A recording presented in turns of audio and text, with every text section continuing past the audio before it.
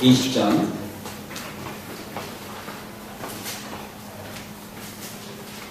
신약 183페이지에 있습니다. 요한복음 20장 주보에는 14절까지로 되어 있는데 에피스프린트고요. 16절까지 들어가 있습니다.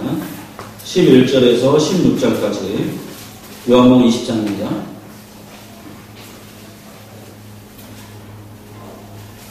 신약성경 183페이지 요한복음 20장 11절에서 16절까지 우리 교독하도록 하겠습니다. 제가 먼저 읽겠습니다.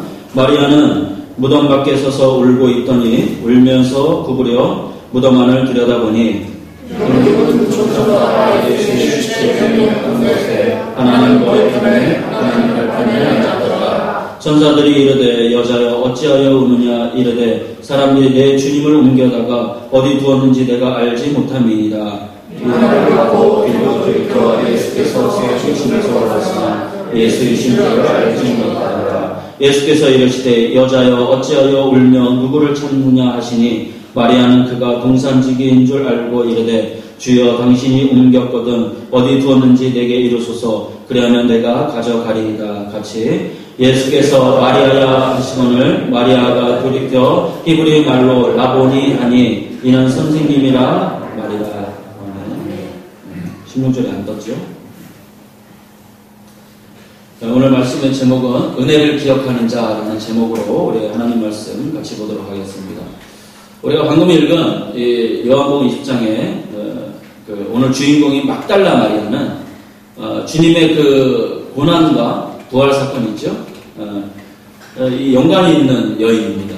막달라 마리아는 그 예수님의 그 십자가 사건하고 관련해서 두 가지 기록을 가지고 있는 그러한 여인입니다.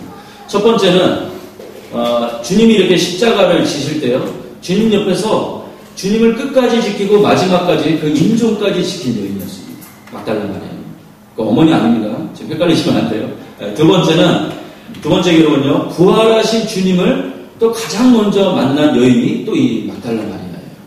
그러니까 여러분 우리가 인생을 살면서 인류 역사는 이렇게 영광스러운 또 인물이 어디 있겠습니까? 주님의 임종을 같이 지켰고요. 그 다음에 또 이렇게 부활하신 주님을 가장 먼저 만났는데 요한복음 20장 1절에서 보게 되면은요, 막달라 마리아가 이제 아침 일찍 그 무덤을 이렇게 찾아가게 됩니다. 무덤을 찾아가는데 예수님의 시신이 이제 없어진 걸 발견했어요. 그 다음에 제자들에게 속히 알리고 그 다음에 다시 무덤에 돌아와서는 막달라 마리아가 무덤을 떠나지 않고 계속 이렇게 하염없이 눈물을 흘립니다.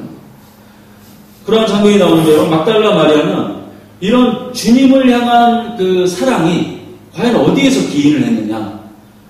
그 답은요, 예전에 그 예수님께 받았던 그 은혜에 대한 감격에서 기인했다는 것을 우리가 알 수 있다는 것입니다. 누가복음 오늘 요한복음 말고요. 누가복음 8장 2절에 보면 이 오늘 주인공이 이 막달라 마리아에 대한 그 구절이 나옵니다. 제가 한번 읽어볼게요. 또한 악귀를 쫓아내신과 병 고침을 받은 어떤 여자들 곧 7 귀신이 나간 자 막달라인이라 하는 마리아와 이렇게 되어 있습니다. 또 오늘 이 여인이에요. 여기서 그 7 귀신을 제가 방금 읽었잖아요. 이 7 귀신을 여러 가지 그 해석이 있는데 보편적인 해석이 뭐냐 하면요, 병이 아주 그 심한 상태, 중한 상태. 그 다음에 이 또한 병이 잘 낫지 않는 거예요. 낫지 않아서 자꾸 이렇게 재발하는 그러한 상태를 표현한다, 이렇게 볼 수 있다는 것입니다. 그러니까 막달라 마리아가 예전에 살면서 이런 병 때문에 굉장히 고생을 했던, 인생 고비가 있었던 그러한 여인이에요. 그러니까 인생의 무게로 신음하고 있을 때 이때 예수님을 딱 만났는데 예수님이 어떻게 해요? 이 마리아의 병을 그때 고쳐주십니다. 그래서 이런 중한 병을 고쳐주셨는데 어찌 그 인생에 감격이 없겠습니까? 이후에 막달라 마리아는요, 주님을 그 은혜를 경험한 이후에 한평생을 주님께 감사하고 그 은혜를 고마워하고 한 번도 그 은혜를 잊은 적이 없는 삶을 살았다는 것입니다. 죄송합니다. 물 좀 마시겠습니다.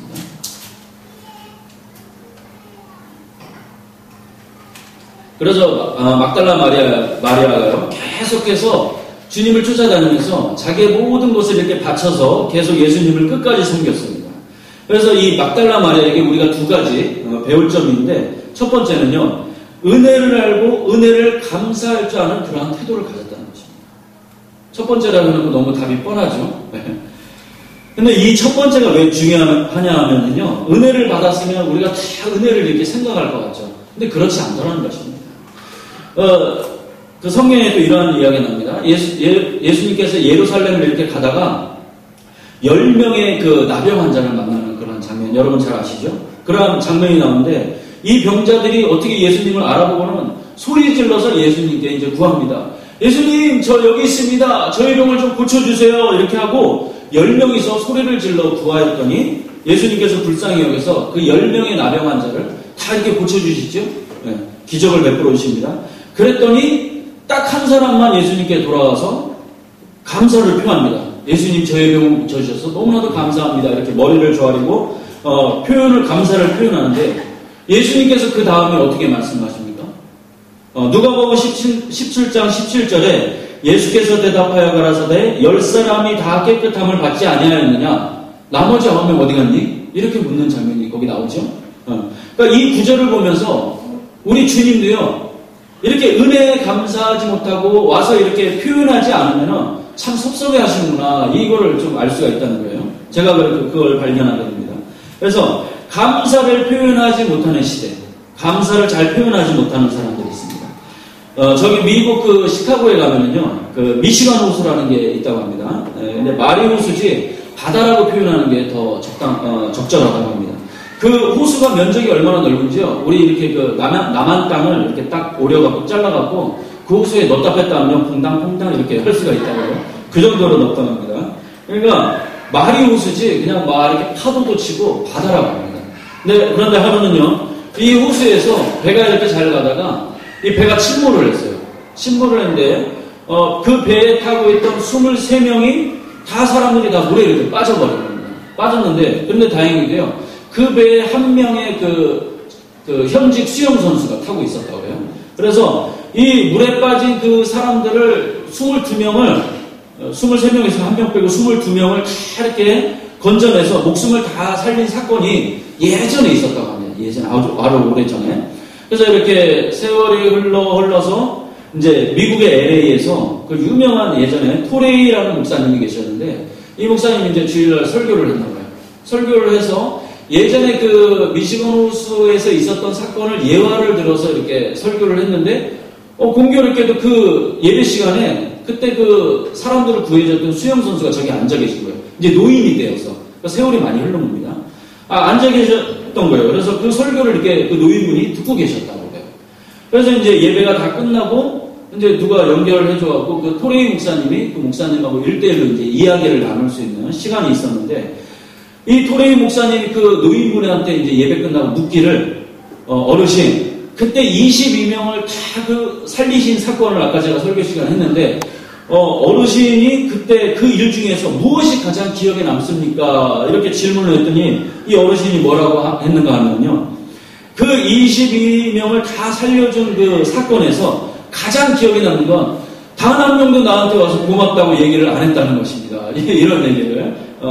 그것이 가장 인상적이었습니다. 여러분, 이게 우리에게 주는 메시지가 있지 않습니까? 여러분들, 우리가 그 자식을 키우면서 가지는 그 섭섭함이에요. 퍼주어도 이놈들이 당연히만 여기고 고마워하는 녀석이 없다는 것입니다. 우리도 마찬가지입니다.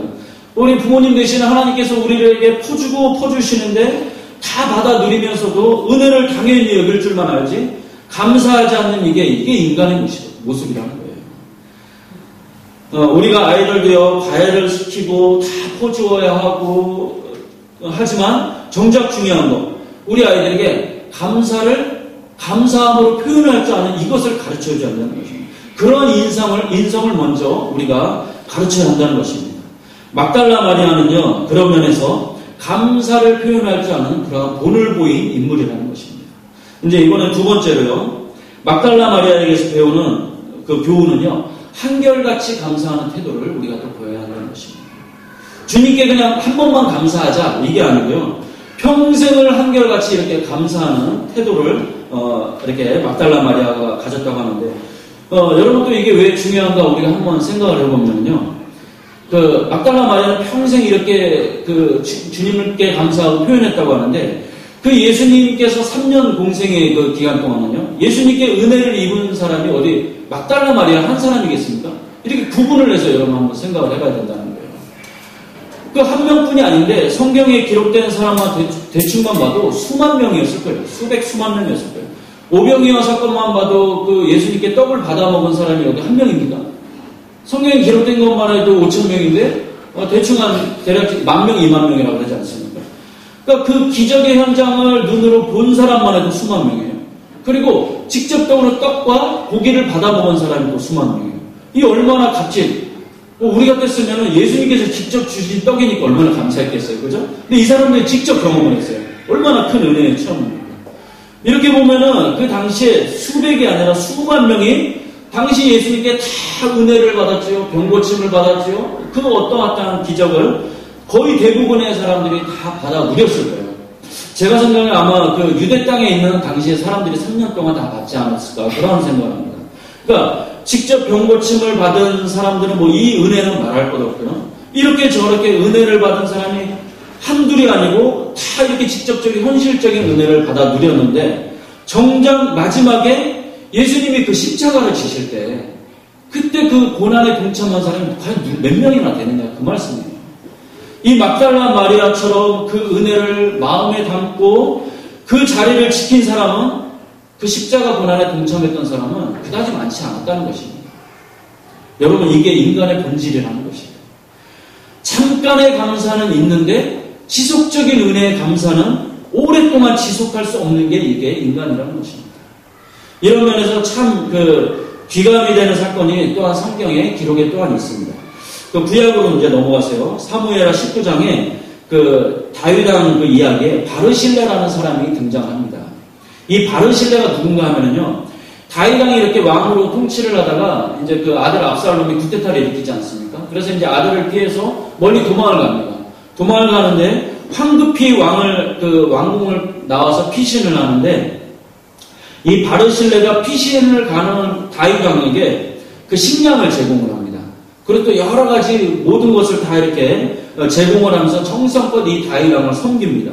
이것이 그 다윗왕이 많이 고마웠었나 봐요. 그래서 쿠데타를 이제 다 진압을 하고 예루살렘 궁으로 다시 이제 다윗이 이제 돌아가는데 그때 다윗이 이 바르실레를 찾아가서 같이 왕궁으로 갈 것을 이제 요구를 합니다. 우리 같이 갑시다. 이렇게 얘기를 해요. 그러니까 이 바르실레가 그때 왕한테 말하기를 왕이시여 나는 이제 나이가 많아서 그냥 이 고향이나 지키랍니다. 이렇게 말을 해요. 그 대신에 내 아들들이 있는데 내 아들들을 좀 이렇게 왕궁으로 데려가서 좀 거두어 주시면 안 되겠습니까? 이렇게 부탁을 하는 장면이 나옵니다. 근데 다윗이요, 그 부모의 마음 참 고맙잖아요. 그래서 그 청을 들어주면서 그 아들들을 다 데리고 이렇게 왕궁으로 데리고 갑니다. 데리고 가서는 그 아들들이 원하는 대로 다 이렇게 베풀어 줍니다. 자기가 왕으로 있는 동안에요. 근데 이제 세월이 흘러서 나중에 참 그 인상적인 장면이 나오는데요. 세월이 흘러서 이제 다윗이 죽게 됐어요. 임종을 앞두고 있는데 다윗이 임종을 앞두고서 그 다음 왕인 솔로몬 자기 아들을 이렇게 놓고서 유언을 하기를 굉장히 기가 막힌 유언을 합니다. 열왕기상 2장 7절에요. 마땅히 길르앗 바르실레 아들들에게 은총을 베풀어 저희로 내 상에서 먹는 자 중에 참여하게 하라. 내가 내 형 압살롬의 낯을 피하여 도망할 때에 저희가 내게 나와왔느니라. 무슨 얘기인지 아시겠죠? 내가 압살롬을 피해서 도망을 갔는데 그때 나한테 나와온 사람이 바르실레라는 거예요. 자기가 죽을 때 유언을 하는데 뭐 여러 가지 유언이 있잖아. 너 나라를 이렇게 다스려라 뭐 여러 가지가 있을 수 있는데 은혜를 기억하는 거예요. 은혜를. 자기 아들한테 내가 이런 은혜를 입었으니까 꼭 잊지 말아라. 그 아들들을 너 꼭 거두어야 한다. 이걸 임종 때 하는 거예요. 다윗이 은혜를 입은 자를 향하여 한번 그냥 잠깐 물질로 그냥 보상하고 끝내는 게 아니라 감사를 표현하고 그냥 간단히 그렇게 끝내지 않았다는 거예요. 평생을 한결같이 심지어 임종의 그 순간까지도 평생 마음에서 잊지 아니하였다는 거예요. 다윗이 그 고마움을 간직하는 그 마음을 보면서 야 이게 다윗의 다윗됨 되게 하는구나 이걸 느낀다는 것입니다. 이걸 배울 수가 있어요. 뭐 다윗이 그냥 우리가 좋은 성격을 가졌구나 이 교훈으로 끝나는 게 아니라 우리가 또 한 가지 더 알아야 할 게 있는데요. 이 사건을 가만히 보면은 다윗이 바르실레에게 은혜를 입었다. 그 다음에 그래서 평생 고마워했다. 끝! 이게 굉장히 그 다윗의 지극히 개인사 같지 않잖아요? 그죠? 개인사 같은데 이걸 왜 이렇게 성경에다가 소소히 적었을까 의문이 생기는데, 그런데 이걸 자세히 기록하신 분이 누구시냐면 하나님이시라는 거예요. 뭘 의미할까요? 우리가 복음 때문에 우리가 구원받았지요. 그 다음에 은혜를 누렸지요. 그런 그리스도인이라면 하나님께 그 받은 은혜를 감격하고 감사해야 되는 게 마땅하지만, 하나님께서 우리에게 한 가지 더 요구하시는 게 있는데, 인간적인 신의를 우리가 지킬 것을 요구한다는 것입니다. 그래서 여기다 이렇게 적어 놓으신 거예요. 우리가 보이지 않는 하나님께 늘 우리가 감사해야 하지만, 우리 마땅히 또 그렇게 하고 있죠. 그렇지만 우리가 눈에 보이는 우리 이웃들, 우리 친척들한테 받은 은혜가 또 많지 않습니까? 여러분, 그걸 잊지 말라는 거예요. 그래서 우리가 하나님께도 감사해야 하겠지만, 다윗처럼 마땅히 거두어라, 마땅히 사람들에게도 우리가 은혜를 이렇게 항상 기억하고 갚을 수 있는 그러한 그리스도인이 되어야 된다는 것입니다. 이렇게 하나님은 너희에게 인간적인 신의도 너희가 지키도록 노력을 해라. 이걸 하나님께서 우리에게 노력을 우리에게 요구를 하시는데요. 제가 이 부분을 말씀 준비하면서 묵상하다가 문득 떠올랐던 기억이요. 제가 꽤 오래된 것 같은데 문득 전에 야심한 마음에 이렇게 TV를 보다가 어느 미국 할아버지의 그 눈물 흘리는 장면이 이제 떠올랐습니다. 몇 년 전에 그때 무슨 일이 있었냐면, 한참을 온 나라가 요즘도 시청 앞에서 그러죠. 시청 앞에서 이렇게 반미를 외칠 때가 있었는데, 젊은이들이 그 광장에 모여서 그 미국 대통령 인형 만들어 놓고 불태우고, 성조기 불태우고 그래서 반미를 외치던 그러한 일이 있었습니다. 이전까지는 특수한 집단에 의해서 그렇게 됐었는데, 이제 이런 것들, 반미 행위들이 어느 순간부터가 사회 전반에 이렇게 걷잡없이 나가더니요. 반미를 외치는 사람들을 그걸 취재하는 걸 되게 아마 그때 PT 수첩인가 아마 그랬던 것 같아요. 그 무슨 프로에서 그러한 사회 현상에 대해서 이제 방영을 하는데, 잠시 그 우리나라 현상을 하다가 이제 미국으로 날아갔어요. 미국으로 날아가서 그 카메라가 초점을 6.25 전쟁 때 그때 전쟁에 참여했던 미국 참전 용사의 그 심정을 인터뷰, 이제 노인이 다 되었겠죠. 그분을 인터뷰하는 이제 장면이, 그 집 이렇게 소파에 앉아서 이렇게 노인분이 인터뷰를 하는 장면이 나왔어요. 그래서 그 인터뷰하던 그 할아버지가 자기가 지금 보는 한국 사람들의 그 반미 그 현상에 대해서 조용히 자기 견해를 이렇게 이야기를 하더라고요. 이야기를 하다가 어느 순간에 갑자기 이 노인분이 우시는 거예요. 갑자기 말씀을 멈추시더니 웃어요. 자기가 그 20살 한창 나이 때 듣도 보도 못한 그 한국이라는 나라에 가서 젊음을 다 바쳐서 죽음을 각오하고 한국을 위해서 이렇게 희생을 했는데, 공산화만은 안 된다. 그 일념을 가지고 열심히 죽음을 각오하고 싸워줬는데, 내가 지금 생색내는 게 아니다. 자기는 그 미국으로 다시 돌아와서 그 한국이란 작은 나라를 위해서 이제는 자기의 친구라고 생각을 하고, 아침에 눈 떠도 한국을 위해서 기도하고, 저녁에 잠자리 들기도 한국이 항상 잘 되기를 아침 저녁으로 하나님께 기도했는데, 왜 한국이 우리 친구된 우리를 왜 비난하는지를 모르겠다 이러면서 막 우시는데요. 그 노인이 우리에게 너무 섭섭하신 거예요. 그 섭섭해하는 마음이 느껴져서 제가 마음이 참 아팠던 그런 기억이 있습니다. 사랑하는 친구에게 그 배신당하는 그 느낌, 인간적인 신의에 배신을 당하는 느낌. 그 TV를 보면서 저도 그때 얼마나 많이 울었는지 모릅니다. 반미를 외친 이유는 어찌됐건 한때의 은혜를 모르는 우리 자신이 너무나도 한심스럽고, 더더욱 세월이 흘렀다고 한결같이 그 은혜를 지속할 줄을 모르는 우리의 모습이 얼마나 부끄러운지 모릅니다. 인간적인 신이요. 하나님께는 물론이요, 주변 이웃에게 우리가 은혜를 입었으면 반드시 감사할 수 있는 마음을 우리 하나님께서 원하신다는 것입니다. 은혜를 입었으면요, 오늘 주인공이 막달라 마리아가 했던 것처럼, 주님께 했던 것처럼, 다윗이 바르실레에게 했던 것처럼, 세월이 지난 많이 흘러간 후에도 유언할 때 마땅히 감사하라고 유언한 것처럼 우리도 그렇게 해야 된다는 것입니다. 우리가 이러한 그 하나님께 또한 사람에게도 양균형을 잘 갖춘 그런 성도, 그런 기독교가 되어야 된다는 거예요. 여러분 지금 무엇 때문에 마음이 불편하십니까? 직장도 우리 마찬가지입니다. 처음에 직장에 그 사장님이 불경기 때 오갈 데 없는 나를 그렇게 채용해 주신 그러한 여러분 경험이 있으십니까? 거두어 주신 그 감격이 사라지고 내가 취직하기 전에는 내가 이 직장만 다녔으면 정말 그랬으면 좋겠다 그랬는데 왜 직장에 대한 불평이 살짝 이렇게 점점 생기셨습니까? 뭐가 여러분의 마음에 평안을 그렇게 빼앗아 갑니까? 막달라 마리아나 다윗이 가진 한결같은 감격이 우리 마음에 없기 때문에 그런 것 아닙니까? 네. 부부관계도 마찬가지입니다. 옆에 있는 그 사람이 아니면 누가 여러분을 구해주겠습니까? 그것도 은혜입니다. 인간은 다 착각에 빠져가고요. 내가 옛날에 잘 나갔었지. 나 따라다니던 여자 많았지. 남자 많았었지. 뭐 내가 구해줬지. 저 인간 뭐 다들 그러지만 그렇지 않습니다. 우리같이 이렇게 성격 이상하고 부실한 인간을 옆에 있는 그 사람이 아니면 누가 거두어줬겠습니까? 여러분 불평하지 마세요. 여러분이 이 남자 이 여자 보고 마음이 찢어지잖아요. 옆에 있는 사람은 정말 마음이 더 찢어집니다.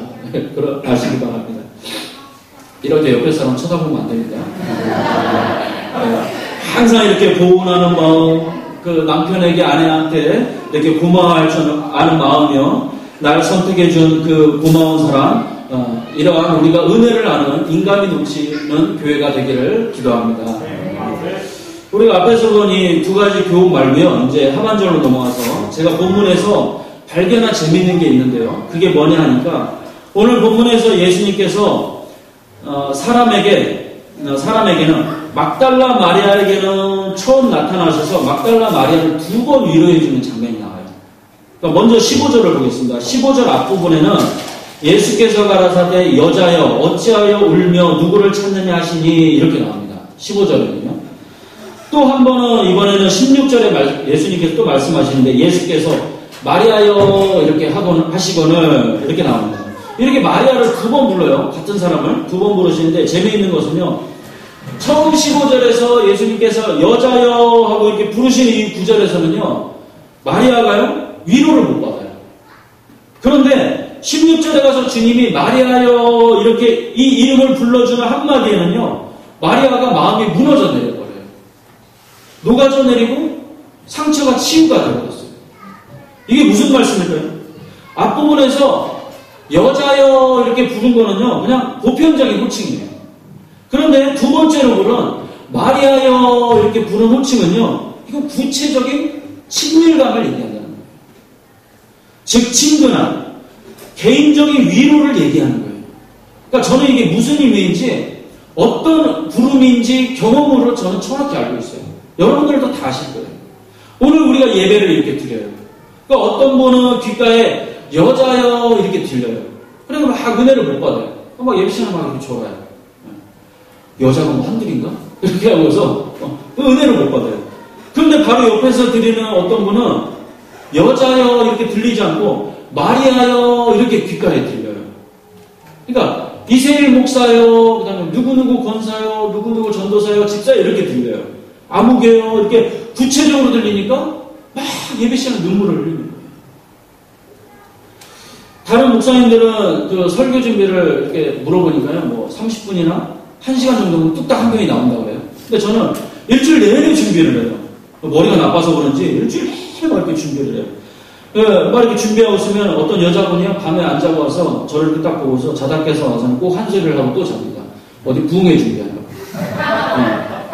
꼭 이렇게 제 속을 뒤집어 놓고, 너무 힘들어 죽겠는데, 잠이 안 잘 것인지, 그런 분이 꼭 계세요. 제가 왜 이렇게 설교 준비를 합니까? 제가 왜 이렇게 준비를 하죠? 어떻게든 제 설교가 여러분한테 이렇게 전달이 될 때, 여자여, 이렇게 메아리처럼 들리는 설교가 아니라, 일일이 여러분 귓가에 마리아여, 마리아여, 요한이여, 누구여, 이렇게, 어떻게든 이렇게 그 이름이 예배를 통하여서, 말씀을 통해서 구체적으로 제가 이렇게 들려지기를 원한다는 거예요. 그래서 제가 막 죽기를 각오하고 이렇게 죽을 힘을 다해서 설교를 준비한다는 거예요. 예전에 제가 부산에서도 설교를 할 때요, 그런 내 노력이 뭘 전달이 됐는지요. 처음에 몇 번 설교할 때는 막 조시는 분들 있고, 금요일에 얼마나 피곤해요. 그렇죠? 일하시고 와서 그런데, 나중에는요, 제 이러한 노력이 전달이 됐는지요. 예수님께서 그분들 귓가에 찾아가 주셨나봐요. 근데 많이들 안 좋으시더라고요. 막, 말씀 중간에도 우시고 그런 분들 계시는데 마리아여 이렇게 구체적으로 들린다는 것을 알 수 있는 게요. 지난주에도 예배를 마치고 계세요. 몇몇 분들이 이제 저한테 찾아오셔갖고 오늘 주님이 제 귀에 대고 저번 주 설교 기억나시죠? 따라 안심하라. 이렇게 설교 시간 내내 이렇게 본인한테 위로함이 넘쳤다고. 그러면서 주님이 개인적으로 내 귀에 대고 마리아여 이렇게 불러주셨다는 그 고백을 하시는 거예요. 그래서 제가 느끼는 거는요. 저는 이렇게 부족한 입술로 잘하든 못하든 어떻게든지 여러분에게 설교를 전하지만 저하고는 전혀 상관없이 우리 하나님은 여러분 귀에 대고 여자여 이런 것이 아닌 마리아여 이렇게 구체적으로 찾아가 주시고 여러분에게 위로를 해 주신다는 그 말입니다. 똑같이 앉아서 예배를 드려야 돼요. 그 시간에 어떤 분에게는 하나님께서 누구누구여 하고 친밀하게 찾아가서 이름을 불러주시는데 나에게는 그렇지 않을 때가 있습니까? 나 자신에게는 여자여라고 불려지는 불행이 여러분에게는 없기를 제가 소원합니다. 예배 시작서부터요 축도 때까지 목사님 시작부터 축도까지 완전히 저한테 하시는 말씀인 줄 알았어요. 이런 분이 계세요. 그런데 그러면서 또 목사님 어떻게 제 사정을 그렇게 잘 알고 그렇게 말씀을 하셨습니까? 근데 목사가 여러분 사정을 어떻게 알겠습니까? 목사는 그저 준비한 대로 여자여 이렇게 설교를 했는데 성령님은 그분 귓가에 가셔서 마리아여 이렇게 들려주신 거예요. 바로 내 얘기가 되는 거예요. 내 얘기가. 오늘 이 예배는요. 이 하나님의 음성이 들려지는 그런 예배가 되어야 된다는 것입니다.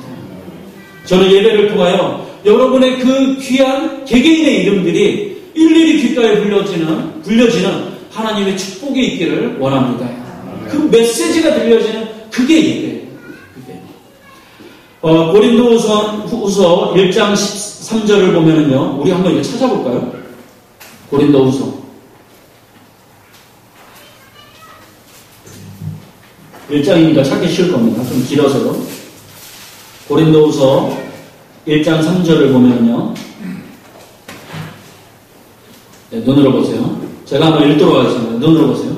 찬송하리보다 그는 우리 주 예수 그리스도의 하나님이시오 자비의 아버지시오 모든 위로의 하나님이시며 우리의 모든 환난 중에서 우리를 위로하사 우리로 하여금 하나님께 받은 위로로서 모든 환난 중에 있는 자들을 능히 위로하게 하시는 이시로다. 5절 보겠습니다.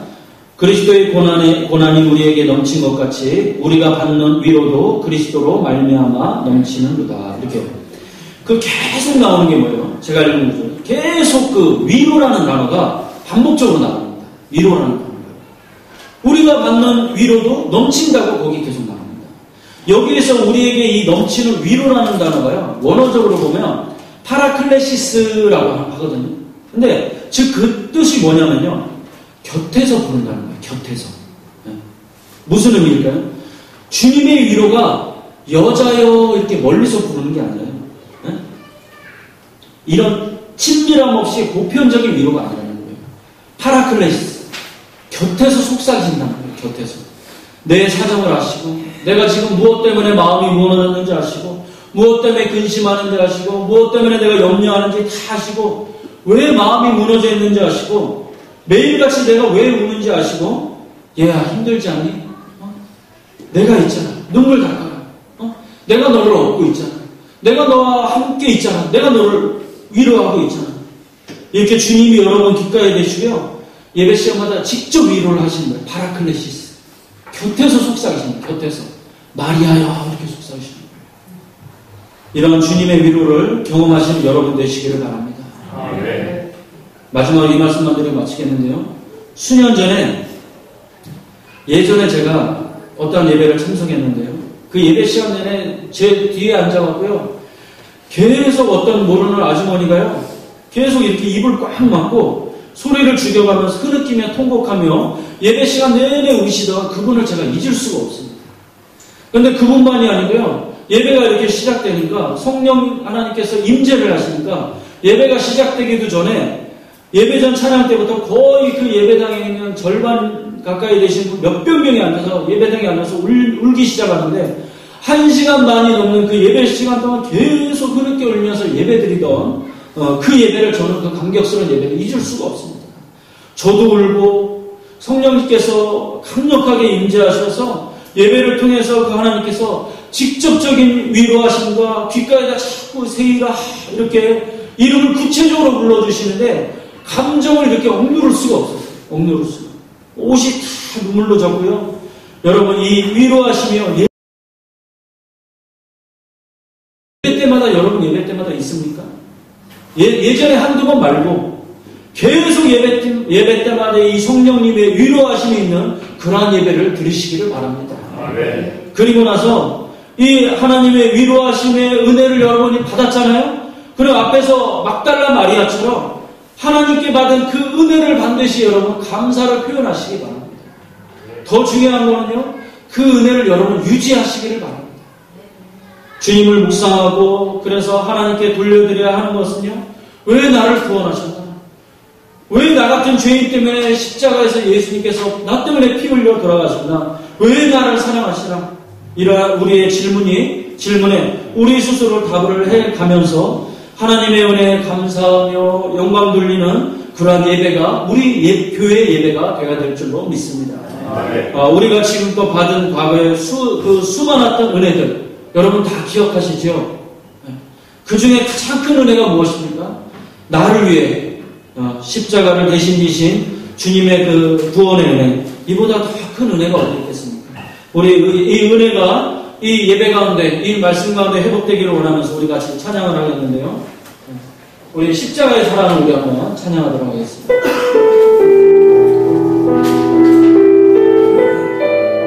십자가